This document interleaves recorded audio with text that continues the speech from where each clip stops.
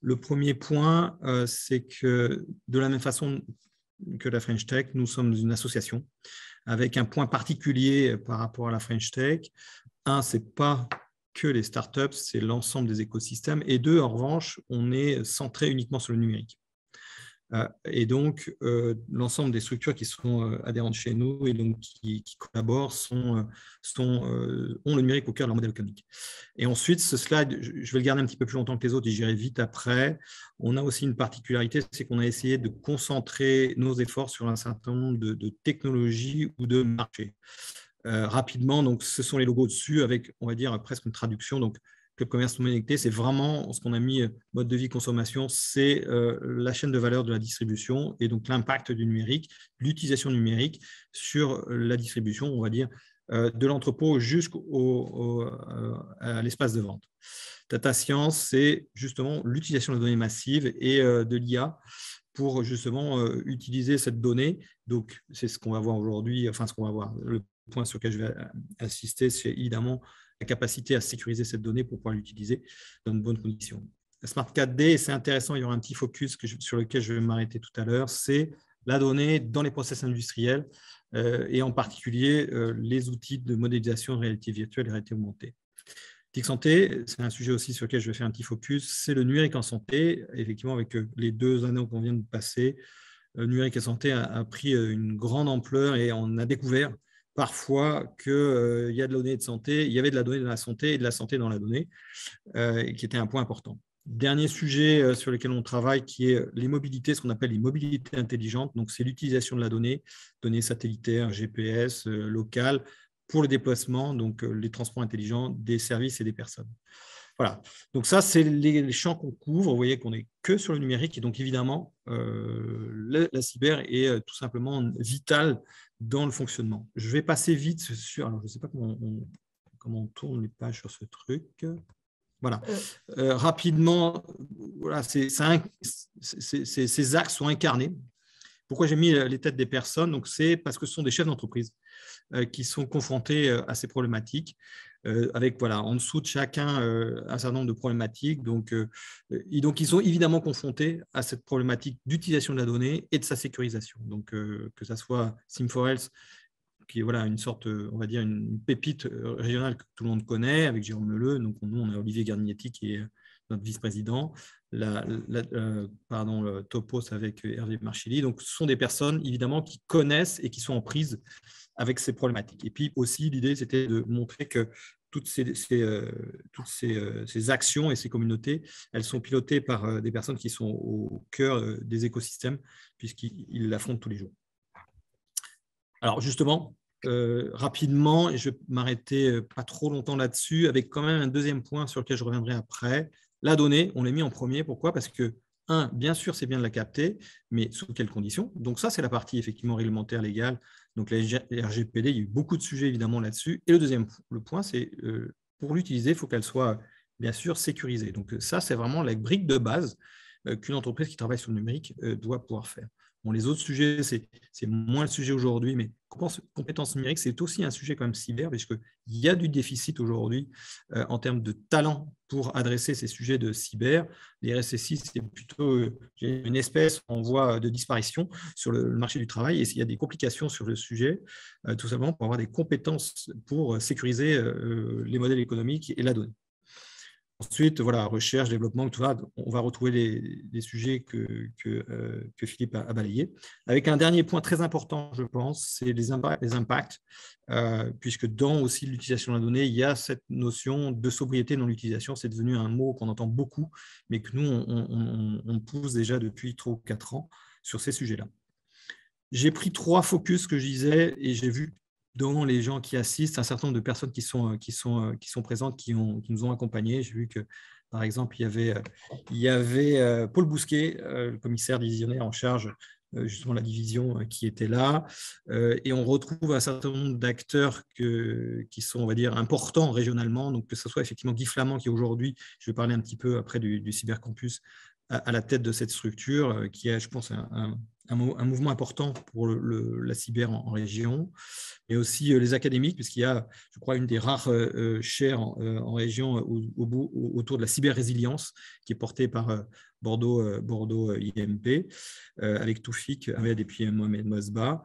Et puis, à chaque fois, l'idée, c'était d'avoir un focus, parce que c'est ça que nous, on essaye de faire, sur les marchés où les problématiques qu'on aborde, donc la santé, vous voyez, on a eu beaucoup d'interactions sur ces sujets-là, parce qu'il y a une prise de conscience forte sur la donnée de santé.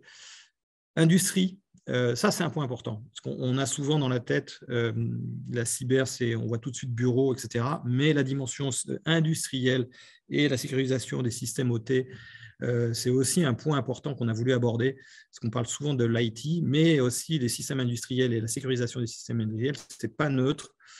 Quand vous êtes capable d'arrêter une usine, ce n'est pas forcément des PC, ça c'est carrément un process industriel qui a arrêté, et quelquefois ces dispositifs sont un peu en retard par rapport au reste. Et puis la mobilité aussi, sur lequel on a effectivement porté notre sujet, et je voudrais citer une dernière personne, donc c'est effectivement le CLUSIR, Laurent Baudard, donc là il n'est pas sous la casquette CLUSIR, mais qui effectivement est un acteur important régional en ce qui concerne la cybersécurité. Et puis des grands groupes, Atos, etc. J'ai vu aussi tout à l'heure l'intervention, j'ai suivi l'intervention de la Caisse des dépôts, qui est aussi, et je sais que Raphaël est dans la salle aussi, si je puis dire, un acteur important et qui est un de nos financeurs. Et je sais que la notion de cyber est importante dans la construction des modèles. Alors justement, voilà, je voulais faire un petit focus, je ne suis pas sûr que ça a été abordé, donc voilà, il y a cette histoire de cybercampus qui s'est créé, c'est très récent, hein, puisque c'est en octobre qu'il a été porté sur les fonds baptismaux, avec qui on collabore souvent, et là il y aura un double jeu, à la fois centre de ressources, et puis aussi, puisque chez nous il y a à la fois on va dire, des entreprises de la filière qui sont capables de mettre en œuvre des solutions et, vous l'avez compris, des entreprises qui sont à la recherche aussi de sécurisation de leurs propres données. Donc voilà, donc je pense que ce cyber, il va servir aussi de lien sur ces sujets-là avec des acteurs, effectivement, que vous connaissez. Donc c'était pour faire un focus sur ce campus, puisqu'en plus, il y a une stratégie nationale qui est en train de s'inscrire là-dessus avec un campus en Île-de-France, et on a la chance d'avoir quand même ce dispositif qui est en train de s'installer, sur lequel les relations pourront s'établir. Ensuite, ça c'est important, je voulais juste faire un petit focus, c'est une actualité, simplement pour vous dire que Digital Aquitaine, avec d'autres clusters, s'est apporté une candidature au pôle de compétitivité.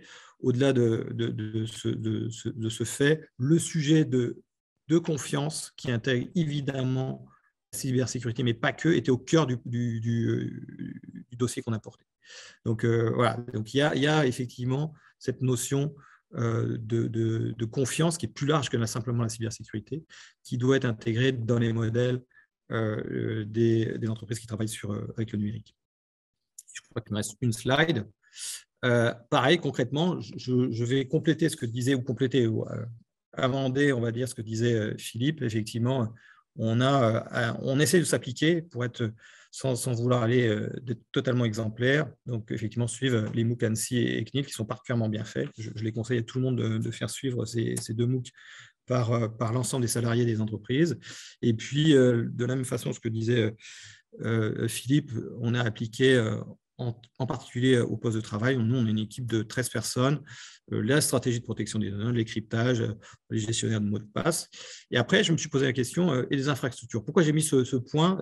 Et là, je vais faire un petit, à la fois l'amende honorable, et on a payé pour savoir. On a, alors, ce n'est pas directement de la cyber, été victime, nous, alors qu'on ne s'imaginait pas l'être, de l'accident industriel qu'a subi OVH à Strasbourg, où l'intégralité de nos données ont disparu. Je pense qu'on est dans les 2 ou 3% des sites, sauvegarde compris, qui ont disparu sur le site de Strasbourg. Et bien, on a appris ce que voulait dire la résilience et puis l'adaptabilité. On est obligé de se reconfigurer. Et depuis, je dois dire qu'on a changé pas mal de nos pratiques. Et je pense que si on n'avait pas affronté ça, bien que les dispositifs qu'on avait mis près d'OVH devaient être redondants, etc., eh ben, ce n'est pas forcément toujours le cas. Et quelquefois, le signe noir peut apparaître. Et donc, depuis, on a 3 systèmes d'hébergement avec de la redondance et mis en place un certain nombre de solutions à la fois technologiques mais aussi physiques pour essayer de conserver au mieux nos données. Voilà, donc c'est vrai qu'il n'y a que l'expérience quelquefois qui nous permet d'avancer sur ces sujets-là. Donc on a à la fois, on est resté chez OVH, puisque ça reste quand même le champion français en la matière, mais on a mis un site redondant, plus un site local en NAS. Donc, je pense qu'aujourd'hui, on est à peu près couvert sur ces sujets-là. Et on essaye à nouveau, comme le disait Philippe, sur la partie sécurisation, adapter nos pratiques pour être on va dire, le mieux protégé possible. Et aussi, on va dire, si on nous pose des questions, entre autres nos adhérents, on dit voilà, on a pu expérimenter un certain nombre de choses. Je crois que c'est mon dernier slide, absolument. Donc voilà, c'était les éléments que je voulais vous donner, à la fois de contexte, de fonctionnement digital Aquitaine, donc sur le numérique, et puis spécifiquement sur la cyber, qui est plutôt vue chez nous à travers métier, et puis de façon générale, comme brique de base pour travailler sur le numérique.